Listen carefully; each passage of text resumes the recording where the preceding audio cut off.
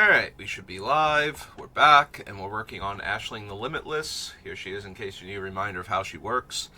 So, I spent the morning setting up all of my um, videos that I've been recording, so the deck buildings, the drafts, and whatnot, to go live while I'm away next week and the week after that.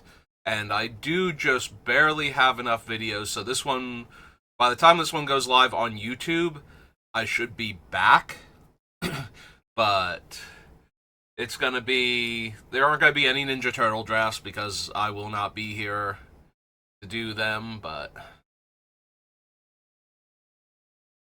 yeah, so by the time you see this on YouTube, I should be back. But if you're wondering why no Ninja Turtles, I did do like a message post on YouTube that I'd be away, but you know, like people that I actually follow and that leave messages, I don't even read them most of the time, so, and I'm not particularly big, so I'm probably not anybody's first thing that they're concerned about, so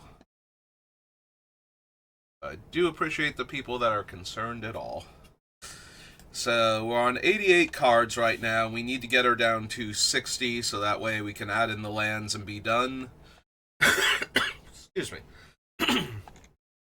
So we need to cut 28 cards, and that is going to be very difficult because we are at that stage where everything has a place in the deck, and it's just a matter of, are we going to keep this?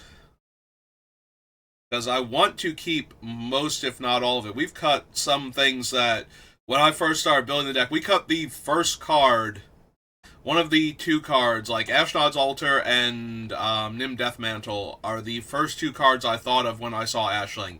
Of course, we later realized that Nim Deathmantle does not work the way I thought it did. I had completely forgotten that it overwrites the creature type instead of making it a zombie in addition to its other types. So, that severely undercut the Nim Deathmantle combo potential, since I'm no longer making a token copy when I sacrifice the one that I've just brought back.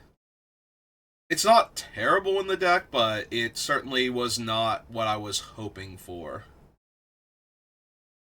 So then we come to cards like Teferi's Veil here. Of course, now that I've started talking, I've said 5 sentences, so now I have phlegm. Nothing before this. Like, not even a tickle in the back of my throat, but now that I'm talking, can't talk anymore. My body's gonna choke me out.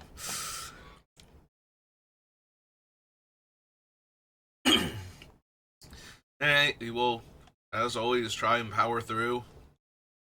So we have the Teferi's Veil, we have the white enchantment from the commander decks. That gives me a token copy of each elemental token that I've made this turn during my end step. And since those tokens will have been made by the enchantment instead of Ashling, they won't have the death trigger attached to them. The trigger that kills them, not a trigger that happens when they die.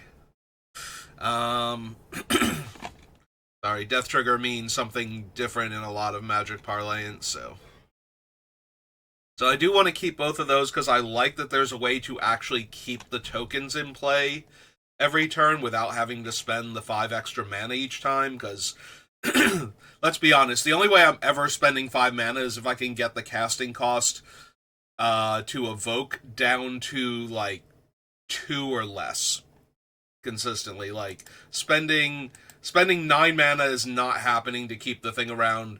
Spending 8 mana feels unlikely. 7 is possible, 6 is reasonable, and 5 is very doable. So I think we only have, like, I cut one of the cost reduction effects. I think we cut Animar right at the end. So that means basically it's going to be like 6 mana if we get the other cost reduction effects out, because it's just Incubator and oh no, we could get it to 0. It's Incubator, Gathering Stone, and the Horn. So between the 4 of them, we can get it down to 0. Um, I don't want to cut food chain. Being able to exile the tokens in order to cast other stuff is too good. Like, if I evoke a 4+ mana elemental, I can use the mana to evoke again because that's still casting a creature spell. So, I evoke the creature, I sack it, I get the token, I exile the token, I get to evoke again. So you might be able to chain a bunch of spells, which, if we're getting any kind of card draw or other advantage out of it,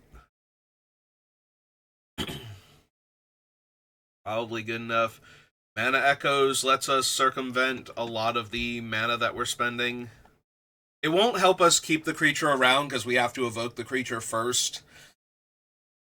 And then it's all colorless mana from Echoes, but it would let us evoke again. Also, if I kept the Death Mantle, it would have let us pay for Death Mantle.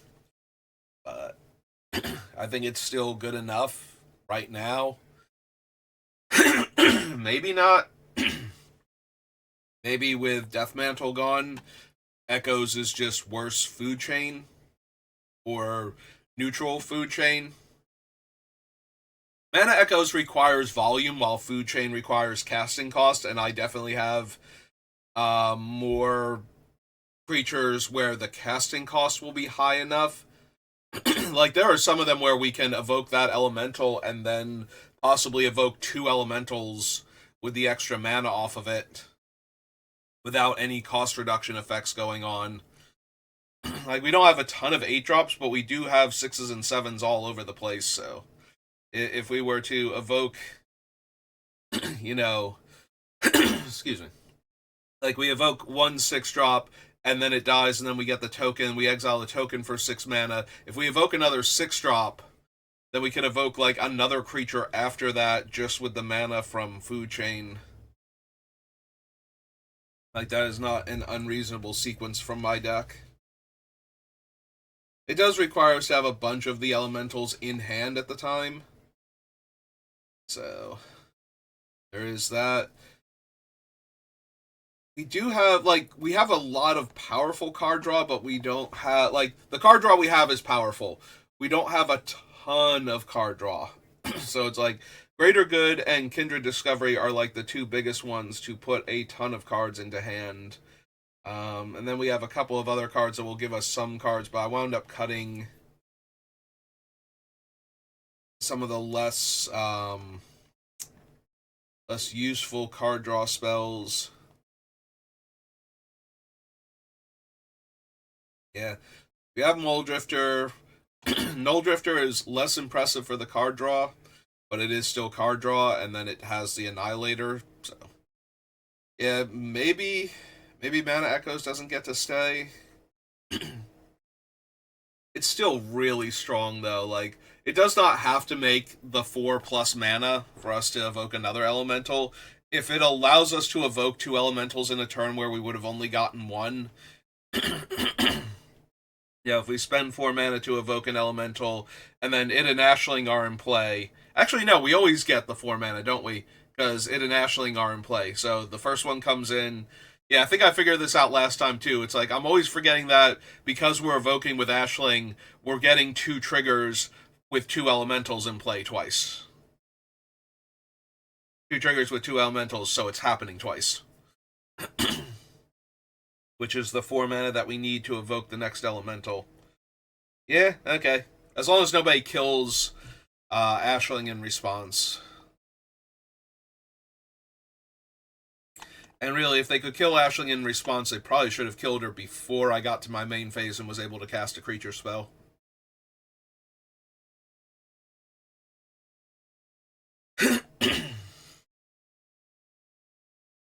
Stone, Crucible, Sensei's Top.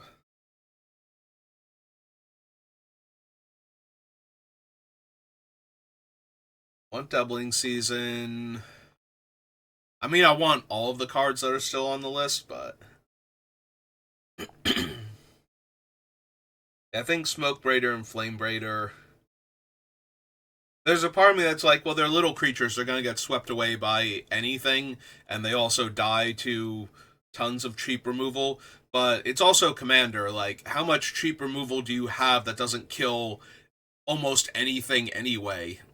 Like, if you're in red, maybe, you have like your lightning bolt or your chain lightning that you point at them that wouldn't kill my larger elementals, but most of the stuff that you're going to use to kill those things are either going to be wrath effects, which they get swept away anyway, so I'm losing out on my extra soul rings, or are going to be able to have killed anything, so at least you're not killing Ashling or one of the larger elementals later.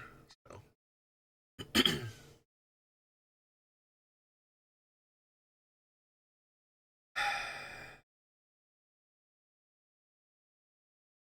It could be Avenger. I do still like Avenger in this deck, even without Death Mantle. Like, Avenger is the only one I really like without Death Mantle. The other ones were, I kind of like the one that made Changeling tokens only because it was making 3 more elementals for the cards that we have that care about that, but there's not a whole lot we have that care about elementals specifically, and we cut most of them, so.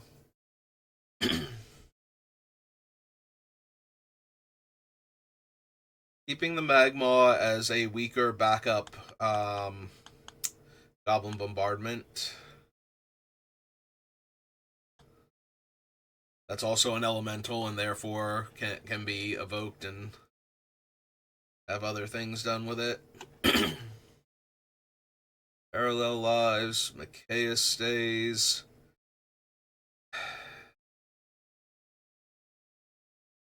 I could legitimately cut Cyclonic Rift. It's going to be very rare that I get to Cyclonic Rift and then untap and win the game. I feel like compared to other decks, like most of the situations where I could end of turn Cyclonic Rift, untap, and put enough power on the board to kill everybody while all of their non-land permanents have wandered off. I feel like most of those games I'm going to be able to kill people through their stuff a lot of the time. Like, it's more I have to be getting rid of something that's stopping me from killing them. And then it doesn't matter that Cyclonic Rift specifically, like bouncing all of their stuff. Obviously, there are going to be times where that's still really good, getting rid of tokens, um, setting back anything that takes more than a turn to do its thing is kind of huge. And Cyclonic Rift is just so powerful in general. Like, yes, I can probably win without it, but it's going to make winning a lot easier. And sometimes it will make winning possible. But I feel like with some of the things we have going on, there's a very real chance that I will just be able to go infinite and kill people still with what we have. Like Mikaeus and Isalu, or the Valkyrie's Call, like those 3 together create a situation where killing my stuff or my stuff dying does not save you. Like, it just makes it worse, if anything, so.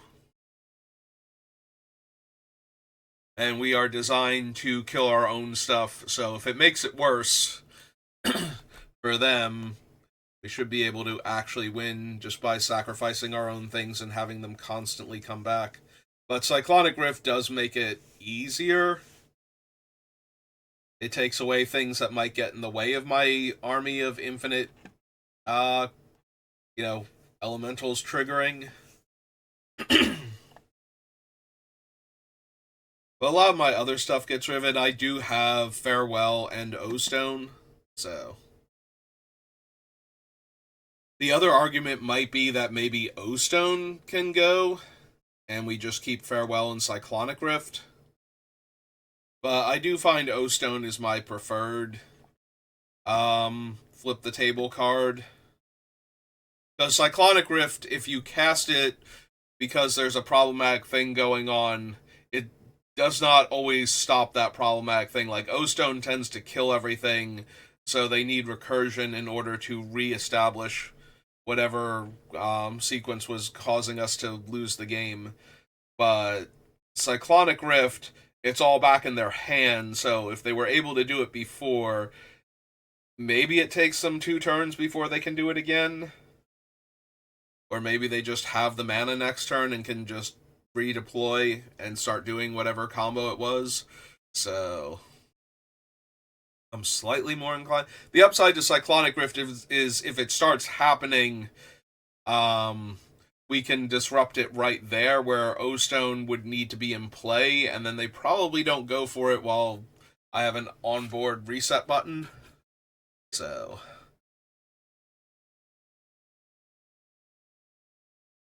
I feel like I don't have room for everything in this category of reset buttons, so like which ones do I want?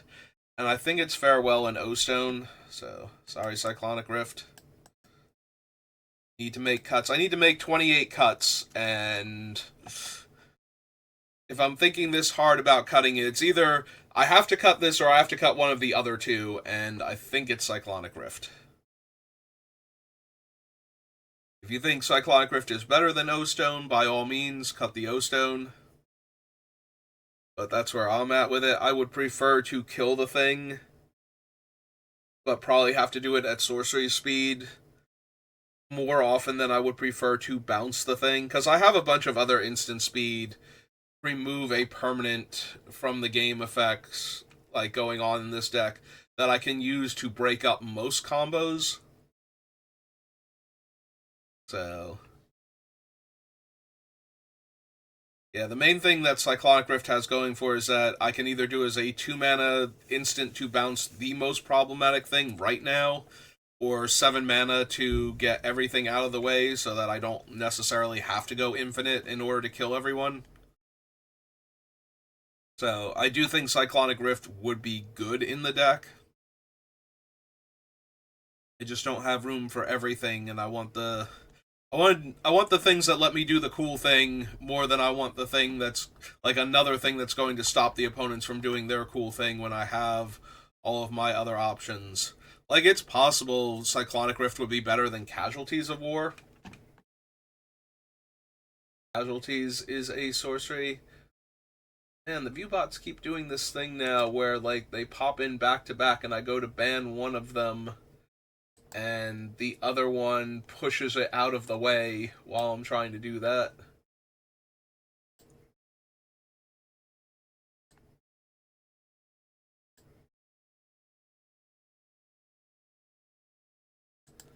Okay. Both of them.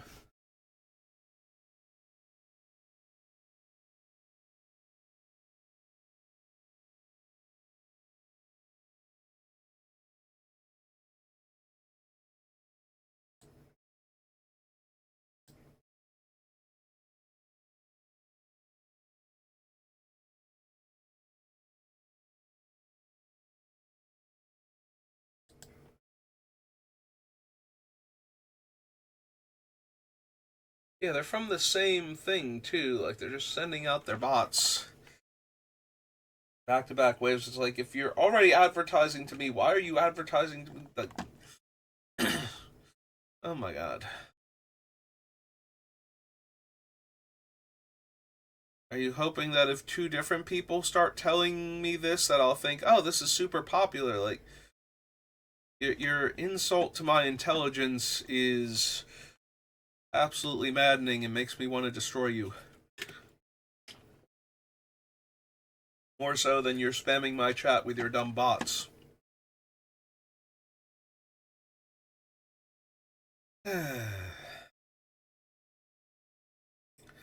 Alright, so do we cut Realm Walker? So the biggest reason to run Realm Walker is that we just get access to the top card of our deck. The biggest downside to Realm Walker is that Ashling's ability is from hand. We cannot evoke the elemental from the top of our deck, and a lot of our elementals are pretty expensive. Like, the Realm Walker is nice for if we don't have anything in hand, but I think we would just be better served with card draw. If it made the spells cheaper, also, maybe, because then even if we don't cast it off of the top, getting to evoke it for cheaper would be helpful. But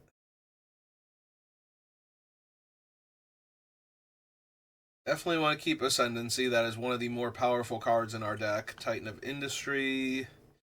Schnorn gets to stay. Roaming Throne.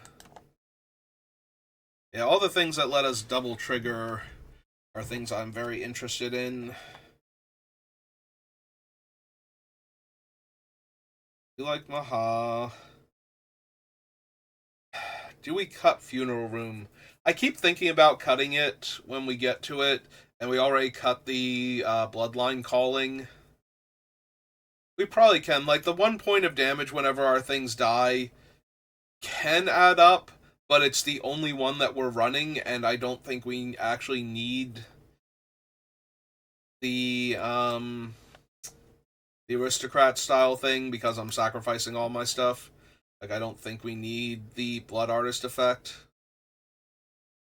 So I think we're safe to cut Funeral Room. And Awakening Hall is a bit stronger in the deck, but it still requires a good setup. It requires our opponents not to have Graveyard Hate at the right time, or to have already used Graveyard Hate previous.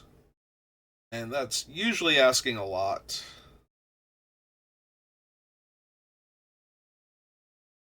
I want to keep these. Yeah, everything on the list for Lorwyn Eclipsed. Do I have one too many with Chomping Changeling?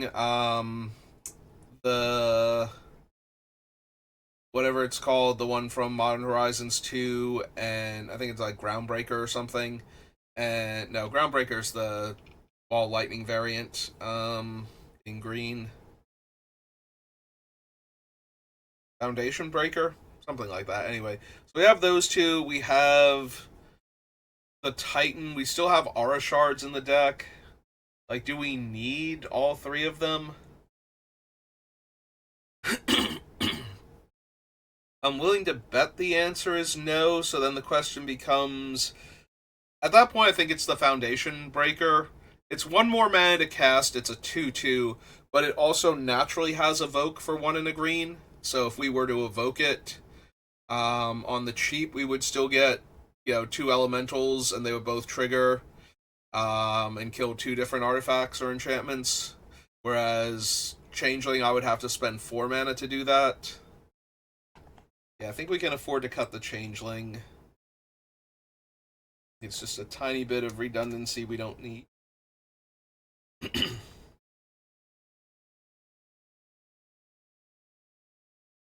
rest of them, I think, have to stay, though. 3 visits we're keeping.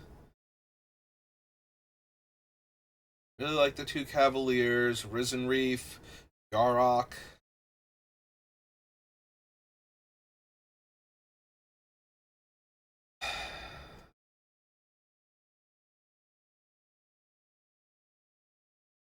So it's possible we could cut Yarok.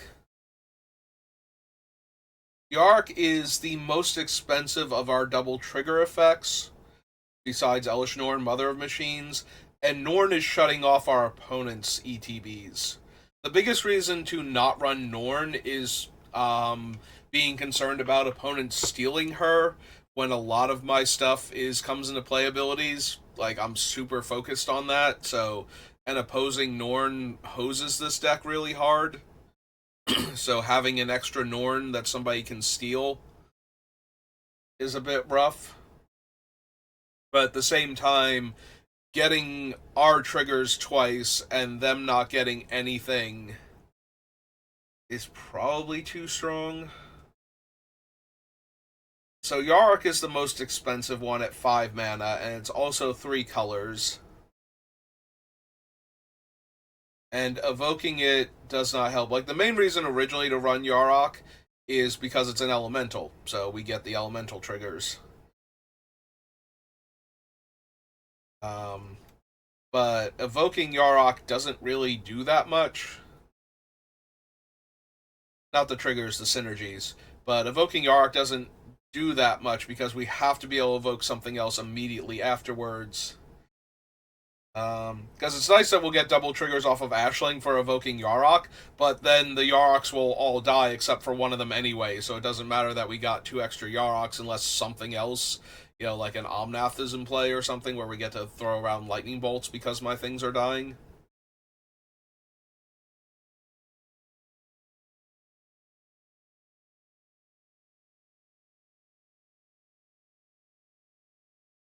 So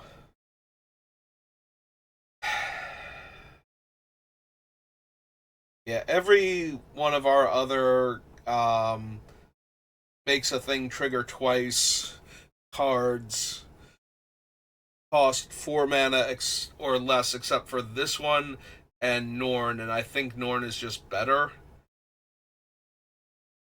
I do think I need to cut things. Well, I know I need to cut things. I do think I can cut Yarok because of that.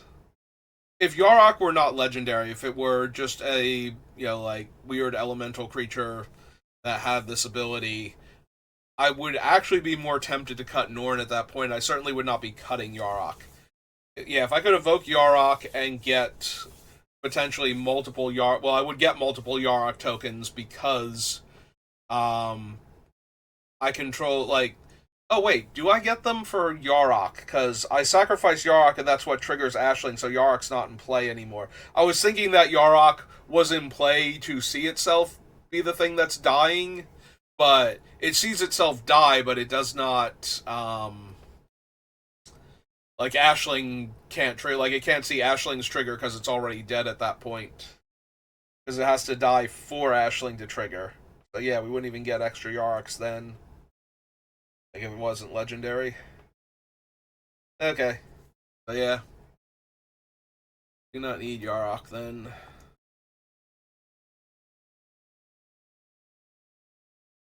Okay, it was Foundation Breaker. We're keeping Endurance because I don't currently have any other Graveyard Hate in the deck. And honestly, Endurance should probably just be like a Scavenging Ooze or something. But we'll let it be Endurance for the whole Elemental thing.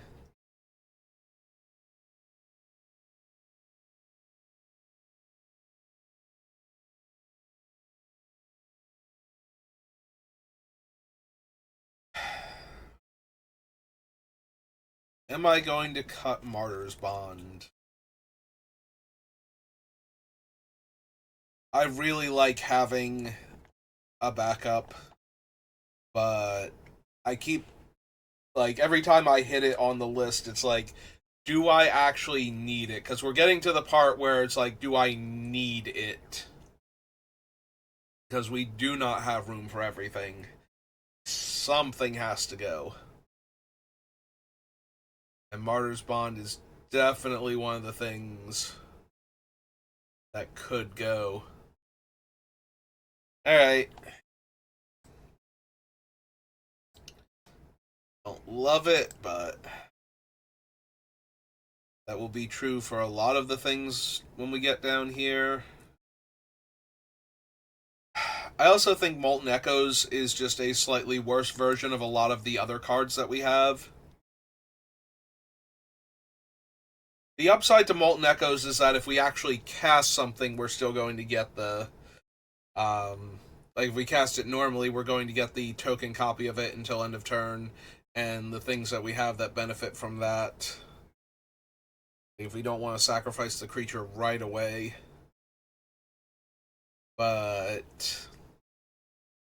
like, everything that copies an elemental trigger will copy Ashling's trigger to make a token copy, so we'll get an extra token copy from all of those.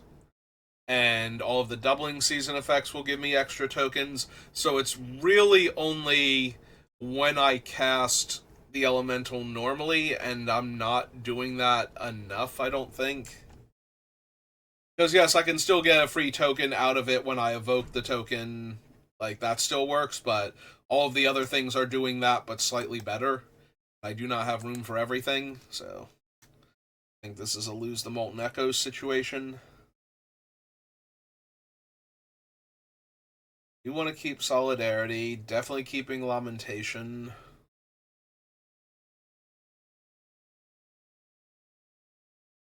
Don't think I can get rid of, like, I don't think I can not play Maelstrom Wanderer. Evoking that thing on 4, but getting Cascade for 8 twice just feels way too strong.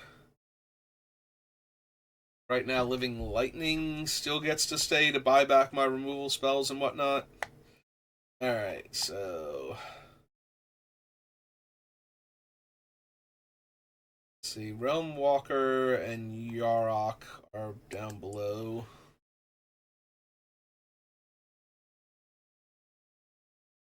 Let's get rid of them.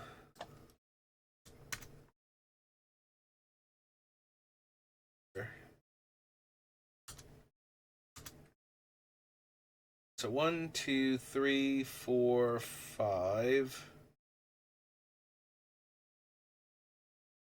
6. Alright, so reduce it by 6, then knock some things off of the list, because I think Cyclonic Rift is underneath that, and there might be something else. Get rid of Realm Walker. Cyclonic Rift. Is there something I cut before Cyclonic Rift, though? No. Okay. So Cyclonic Rift was the bottom. Alright, so that was 7 cuts there.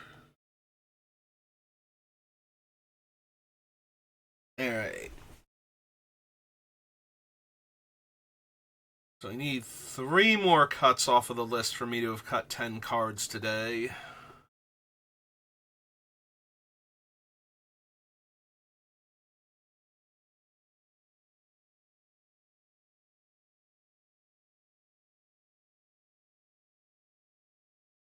Cutting survival here. Start at the bottom and work up again. That usually helps. Actually, yeah, let's check the sub list real quick. Are there any other elementals? Now that I've cut a bunch of them. Oh, Chomping Changeling also has to come off of this list. As a Changeling, it is in fact an elemental. What do we have? We have Moldrifter to draw extra cards, Shriekmaw to kill creatures, Smokebraider to ramp, Avenger makes a ton of tokens. Is it Avenger at this point? I've cut all of the other major token makers.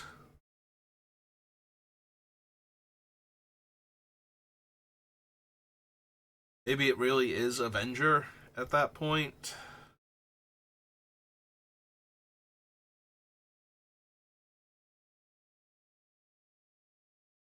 Like, yeah, there will be times where just making a ton of tokens is good enough, but we did actually get rid of Death Mantle, which is one of the better things to have with all the with something that can make a bunch of tokens. So, yeah, all right. I think I'm clinging to Avenger a little too much. It's definitely good in the deck, but a lot of things that we've cut are definitely good in the deck. We just don't have room for them. Alright, Magma is a backup Goblin Bombardment. It costs mana, but it is itself an elemental, so there are going to be times where that is good enough. Just having an onboard way to instant speed sacrifice an elemental in order to make the elemental tokens and get more triggers if we need it. And an extra way to cash in on dying things. It's possible the Magma can still go. Like, if I get rid of the Magma, I still have, what are my actual sacrifice things? Because I know it's the 2 altars and Goblin Bombardment. What else can I feed my creatures to for value, though?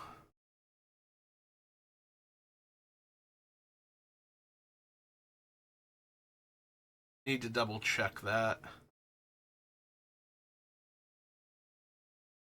Because I definitely don't want to only have, like, 3 ways to sacrifice things. The Magma gets to stay at that point as a 4th way. Green Warden is recursion from the graveyard. Omnath lets me deal a lot of extra damage. Gives me death triggers for my elementals. Gives me more elementals with landfall on top of that. Titan of Industry is super versatile, but primarily it's a naturalize that can make creatures that stick around or protect my creatures that have stuck around. Maha turns everything. Yeah, that might be the other reason to keep the Magma is Maha makes the Magma pings lethal for all creatures my opponents control. Rottenmouth is one of the most powerful finishers we have. When I did play with the Brawl version, Rottenmouth just did so much damage so quickly out of nowhere. Like, with a decent enough setup, Rotten Mouth will just kill an entire table worth of players if they don't interact with any of the things I. And assuming that they didn't interact with any of the things I had going on, Rotten Mouth will force them to or die. Because you cannot survive a Rotten Mouth with doubling season and like any other trigger copy at that point. It's basically Torment of Hailfire for a huge X value. So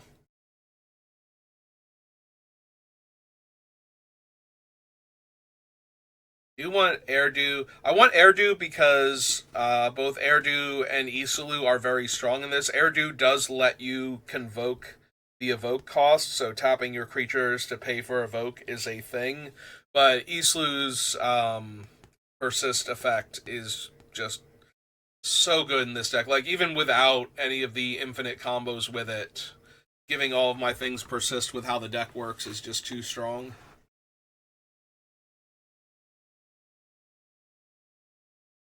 Flame Braider is ramp. Shine Striker is more card draw.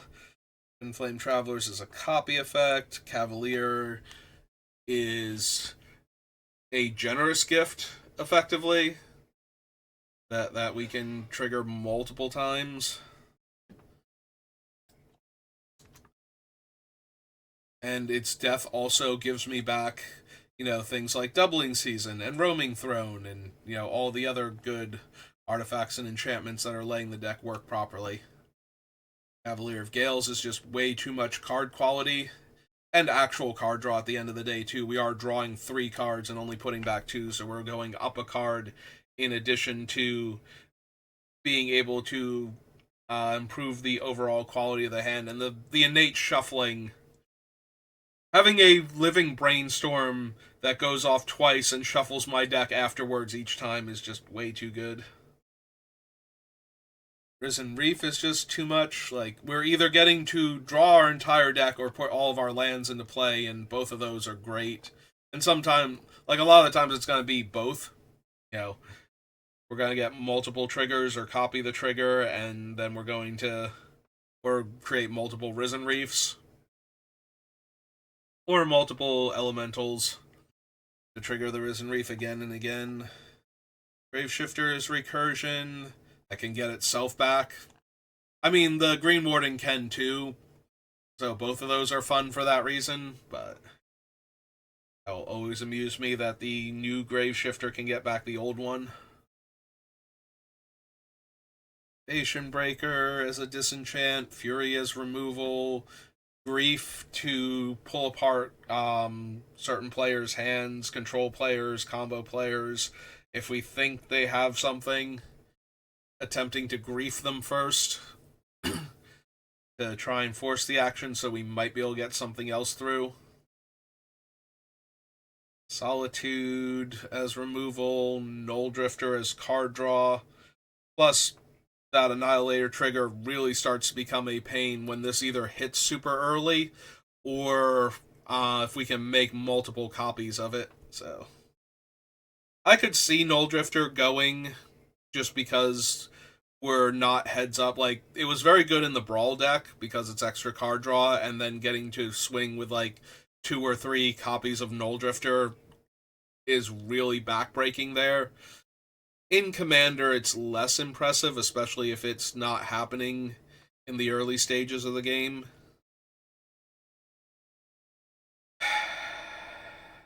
Maybe it is Null Drifter. I don't have room for everything. I have to cut the things that are least impactful. And yeah, I think Null Drifter had a bigger impact on the Brawl version than it's going to have in Commander. I still like it in Commander. Like, it's still draw 2 cards and get at least 1 Annihilator attack in. So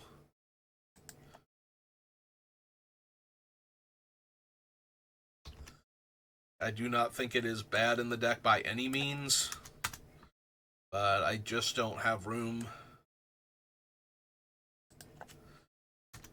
Alright, that brings us down to 79.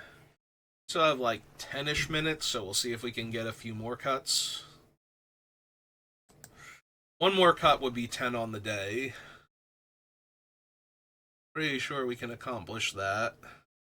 Alright, so we go down to the bottom and work our way up this time.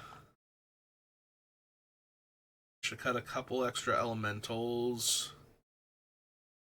This is the removal pile. That's already gone. It's already gone.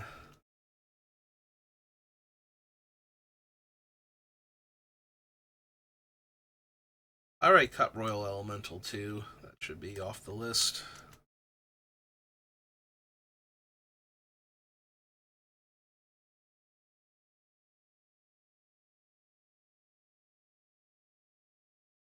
That's what our other sacrifice outlet was, attrition.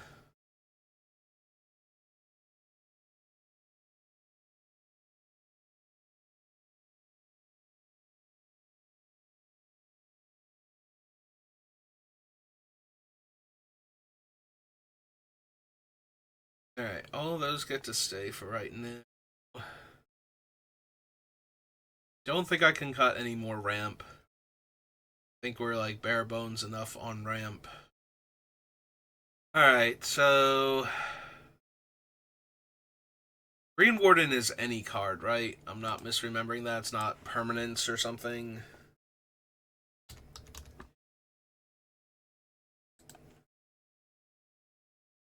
Return target card. Okay. Because I'm debating if I need Living Lightning also.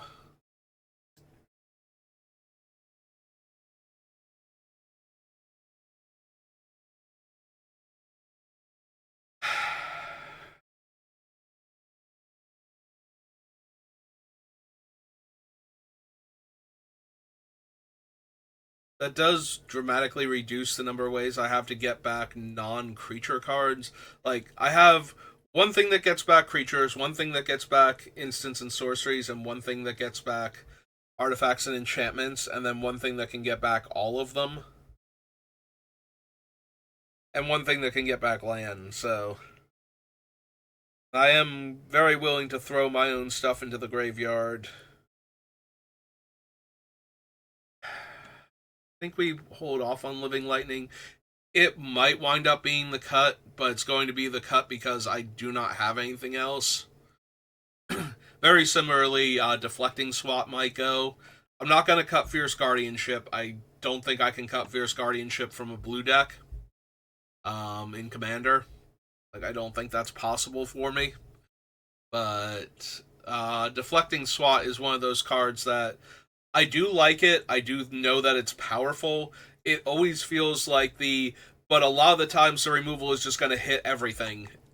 Or it's going to hit multiple things and I can't deflect it away from my thing.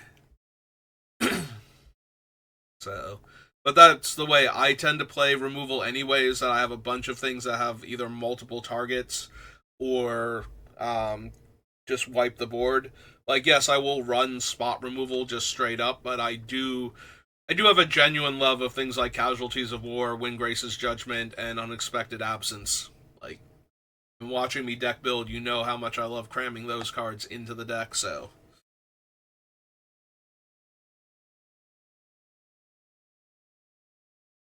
Grease Call. Whenever I see Terror of the Peaks, I keep thinking maybe it should be Warstorm Surge, but I don't think it should come out of the deck entirely. Like, it should either shift to Warstorm Surge or stay itself. I don't think it should come out of the deck. Two Cavaliers and Risen Reef I'm inclined to keep. I don't want to cut something like Twin Flame Travelers, so right now I'm not. Maybe it's the Roaming Throne because it's not innately an elemental.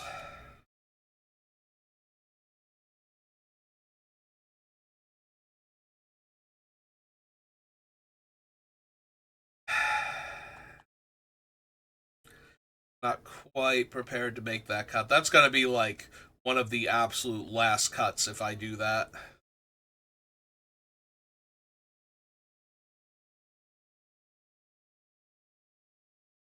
Talent just has too much potential. Talent is almost always going to be a card draw each turn. But then the other upside is that on one of our turns for an extra white mana, we're just going to make and keep a token copy of one of the other tokens that we've made. This most likely this turn, because we'll evoke something and then we'll spend a white to copy the new token that we just made, get the trigger again, and actually keep one of the copies around at the end of the turn. And then being like a full on like tempered steel level anthem for all of our tokens means that when the game is getting close to the end, we can actually end it by leveling this thing up again, potentially.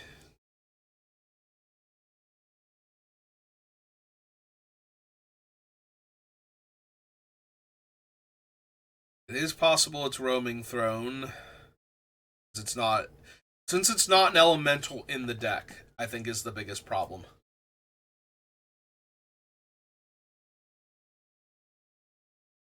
Yeah, if roaming throne actually had changeling, um,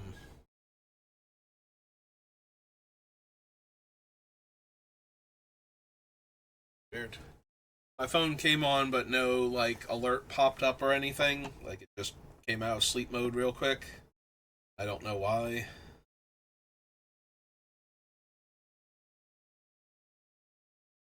Kind of distracted me. But yeah, roaming throne not being the creature type in the deck.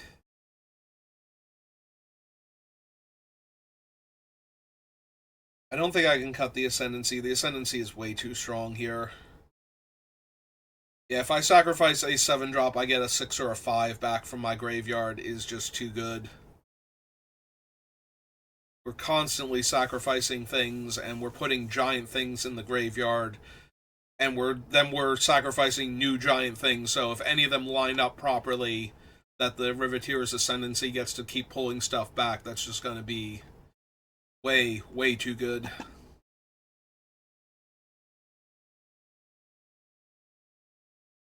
Offer you can't refuse. Farewell. Both cards I want to have.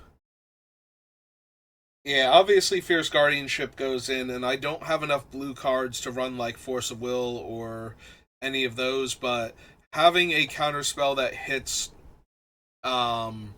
such a wide variety of spells, like all non-creature spells for a single blue mana, I do not care about the treasure at all if I am countering the thing that is going to ruin my entire setup. If I can counter Farewell for 1 blue mana, when I have the good board state, I want to be able to do that.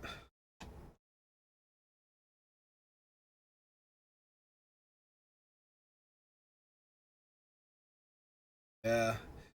Offer is kind of like Arcane Denial, except for only a single blue. And like if Arcane Denial was a single blue, because the card draw doesn't happen until the next upkeep, I would absolutely run Arcane Denial over an Offer You Can't Refuse. But because Arcane Denial is blue and 1, I'm more inclined to run Offer.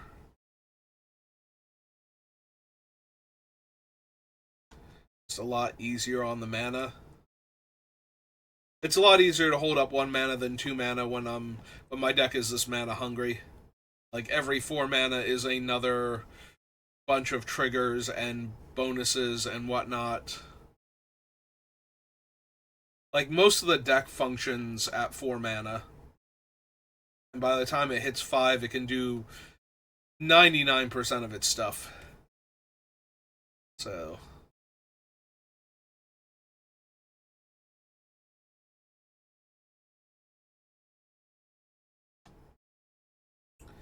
yeah, 6 is basically peak, and then 7 is where I start to feel like I'm flooding a tiny bit. So it's the Magma, Birthing Pod, Mikaea stays. I really don't want to cut Cauldron of Souls. Even as the worst one, it's still good enough. If Cauldron is sitting in play and I get to like evoke, it's kind of like the same thing as the Riveteer's Ascendancy, except I don't need anything in the graveyard. So I evoke something, I just get to keep it and get the trigger again. It wound up cutting all of the death trigger things, so all of the triggers are ETBs at this point. I can just, I can get that trigger that second time. Given the stuff that we have that we're trying to trigger, that just seems way, way too powerful. Cutting the mana echoes. Phyrexian Altar, Aura Shards, Food Chain, Incubator, Attrition.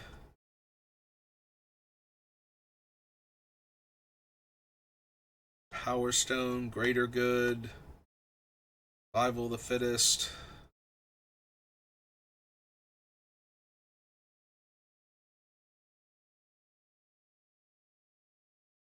Bombardment. Maybe it's Corpse Dance. Maybe I just go with Animate Dead. Corpse Dance is cool, but it's still 5 mana to get the thing back. And then we have to sacrifice it again if we can, or it's just going to get exiled. Like, it's not like we get it back forever to begin with.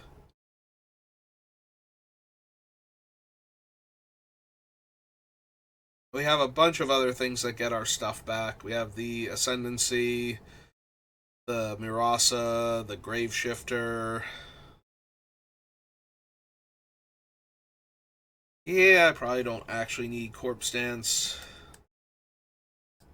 I don't even know that I need the Animate Dead, although that one might be worth keeping just because it's 2 mana. Although maybe I'm going to go back to Reanimate for 1 mana at that point. Just take the big hit on the life total. But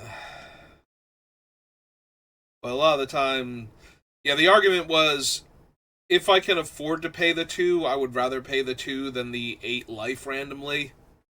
Yeah, the 6 to 8 life that I'm going to pay for most of my things. I would love to get back super early. But by the same token, if I can afford the extra mana, I would rather pay the life than not be able to cast the spell.